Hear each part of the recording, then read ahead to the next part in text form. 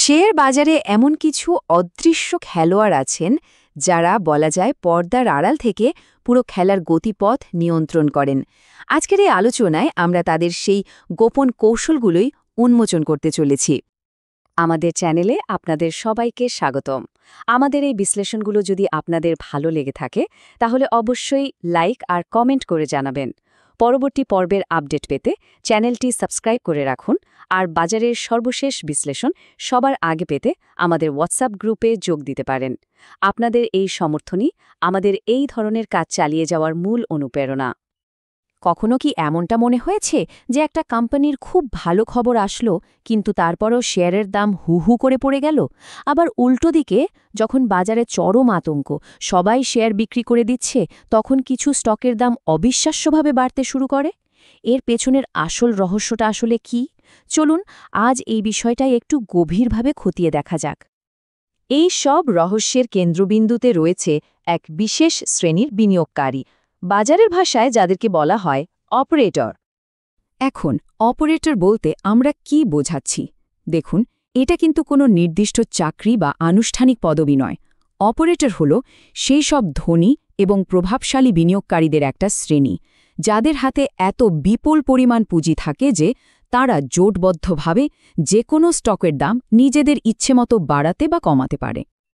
তো এরা কারা হতে পারে? এরা হতে পারে কোনো বিশাল অঙ্কের ব্যক্তিগত বিনিয়োগকারী, হতে পারে বিভিন্ন অ্যাসেট ম্যানেজমেন্ট কোম্পানি বা ফান্ড হাউস, অথবা কয়েকজন অত্যন্ত সম্পদশালী ব্যক্তির একটি সিন্ডিকেট, যারা একসাথে মিলে বাজারে বিনিয়োগ করে। সোজা কথায়, যাদের হাতে একসাথে বিপুল পরিমাণে শেয়ার কেনাবেচা করার মতো আর্থিক ক্ষমতা আছে, তারাই অপারেটর। তাদের মূল কৌশলটা কিন্তু খুবই সাধারণ, যা যে কোনো ব্যবসার একদম মূল ভিত্তি। মানে সস্তায় বা পাইকারি দরে জিনিস কেনা, আর যখন বাজারে চাহিদা তুঙ্গে তখন চড়া বা খুচরা দামে সেটা বিক্রি করে দেওয়া।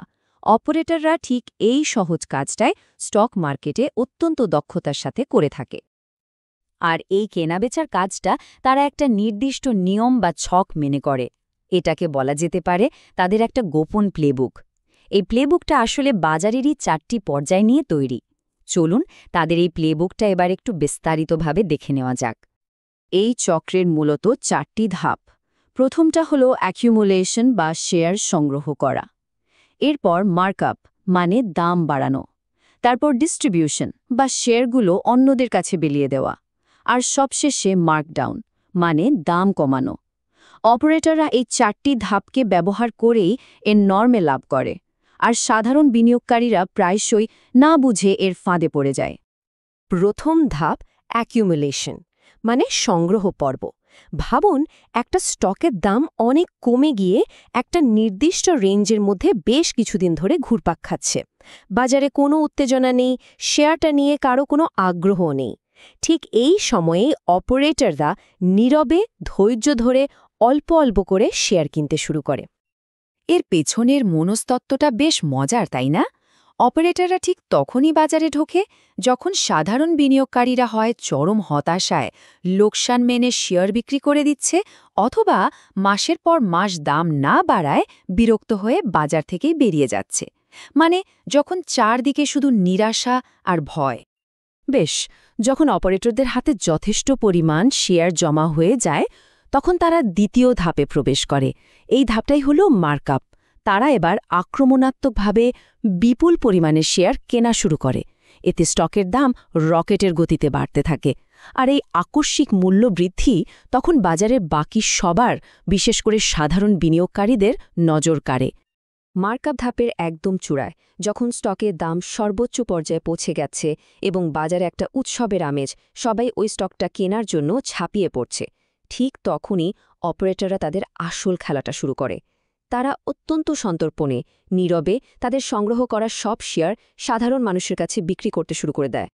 ব্যাপারটা হলো, এই পর্যায়ে বাজারে শুধু ভালো ভালো খবর আর ইতিবাচক আলোচনা চলতে থাকে। সবাই মনে করে এই শেয়ারের দাম এখন আকাশ ছুঁয়ে ফেলবে। এই যে একটা ফোমো বা পিছিয়ে পড়ার ভয়, এটাকেই অপারেটররা কাজে লাগায়। তারা তাদের সব শেয়ার এই উচ্চ দামে নতুন ক্রেতাদের হাতে তুলে দিয়ে নিজেরা বেরিয়ে যায়। এখন ভাবুন, অপারেটররা যখন তাদের সব শেয়ার বিক্রি করে দিয়েছে এবং নতুন করে কেনা পুরোপুরি বন্ধ করে দিয়েছে, তখন কি হবে? বাজারে কেনার চাপটা হঠাৎ করেই কমে যায়, আর কেনার মতো ক্রেতা না থাকায় স্টকের দাম ধীরে ধীরে পড়তে শুরু করে। এভাবেই শুরু হয় মার্কডাউন পর্ব এবং একটি নতুন নিম্নমুখী চক্র। দাম আবার সেই অ্যাকিউমুলেশন পর্যায়ের দিকেই এগোতে থাকে। এতক্ষণ তো আমরা অপারেটরদের দিকটা দেখলাম। চলুন এবার আয়নার অপর দিকে তাকাই। দেখি অপারেটরদের এই কৌশলের বিপরীতে একজন সাধারণ খুচরা বিনিয়োগকারী ঠিক সেই মুহূর্তে আবেগতাড়িত হয়ে কী ধরনের প্রতিক্রিয়া দেখায়। এখানেই কিন্তু পুরো পার্থক্যটা একেবারে স্পষ্ট। যেখানে অপারেটররা ভয়, হতাশা আর আতঙ্ককে সস্তায় শেয়ার কেনার একটা বিশাল সুযোগ হিসাবে দেখে, সেখানে সাধারণ বিনিয়োগকারীরা ভয়ে তাদের শেয়ার বিক্রি করে দেয়। আবার যখন বাজারে লোভ আর উত্তেজনা চরমে, অপারেটররা তখন বিক্রি করে লাভ তুলে নেয়, আর সাধারণ বিনিয়োগকারীরা ফোমোর শিকার হয়ে সেই চড়া দামে কিনে। মানে তারা ঠিক একে অপরের উল্টো কাজটা করে।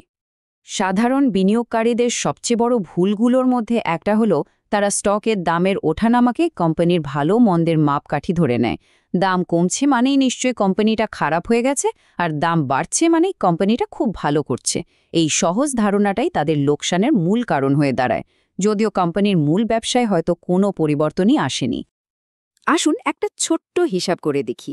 ধরুন একটা ভালো কোম্পানির শেয়ারের দাম ১০০ টাকা থেকে ৩০% কমে ৭০ টাকায় নেমে এলো। এখন কোনো বিনিয়োগকারী যদি অপারেটরের মতো চিন্তা করে এই ৭০ টাকায় শেয়ারটা কেনেন এবং কিছুদিন পর দামটা আবার তার আগের ১০০ টাকায় ফিরে যায়, তাহলে তার লাভ হবে শেয়ার প্রতি ৩০ টাকা।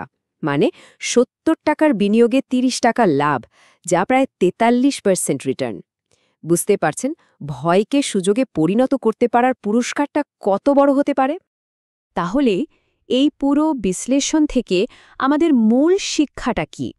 সবচেয়ে গুরুত্বপূর্ণ শিক্ষা হল, যদি বাজারে সফল হতে হয় তাহলে আমাদের অপারেটরের মতো করে ভাবতে শিখতে হবে। এর মানে হল, যখন বাজারে সবাই ভয় পাচ্ছে তখন কেনার সুযোগ খুঁজতে হবে, আর যখন সবাই একটা স্টক নিয়ে অতিরিক্ত আশাবাদী হয়ে লাফালাফি করছে তখন সতর্ক হতে হবে এবং লাভ তুলে নেওয়ার কথা ভাবতে হবে। অ্যাকিউমুলেশন পর্যায়ে ধৈর্য ধরতে হবে এবং বাজারের আবেগের স্রোতে গা ভাসিয়ে দেওয়া চলবে না। আর সবচেয়ে জরুরি, মনে রাখতে হবে একটা স্টকের দৈনিক দাম আর সেই কোম্পানির আসল মূল্য কিন্তু এক জিনিস নয়। দেখুন, কৌশলটা কিন্তু রকেট সায়েন্সের মতো জটিল কিছু নয়। সস্তায় কেনা, চড়া দামে বিক্রি করা, খুবই সহজ কথা। কিন্তু আসল কঠিন কাজটা হল নিজের আবেগকে নিয়ন্ত্রণ করা।